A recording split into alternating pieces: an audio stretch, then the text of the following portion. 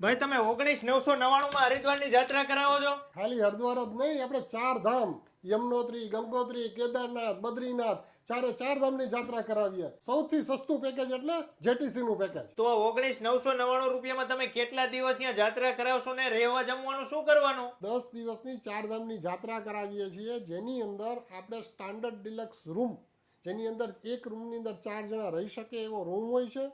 એની અંદર એટેચ સંડાસ બાથરૂમ હોય છે અને ગીઝરની ફેસિલિટી હોય છે.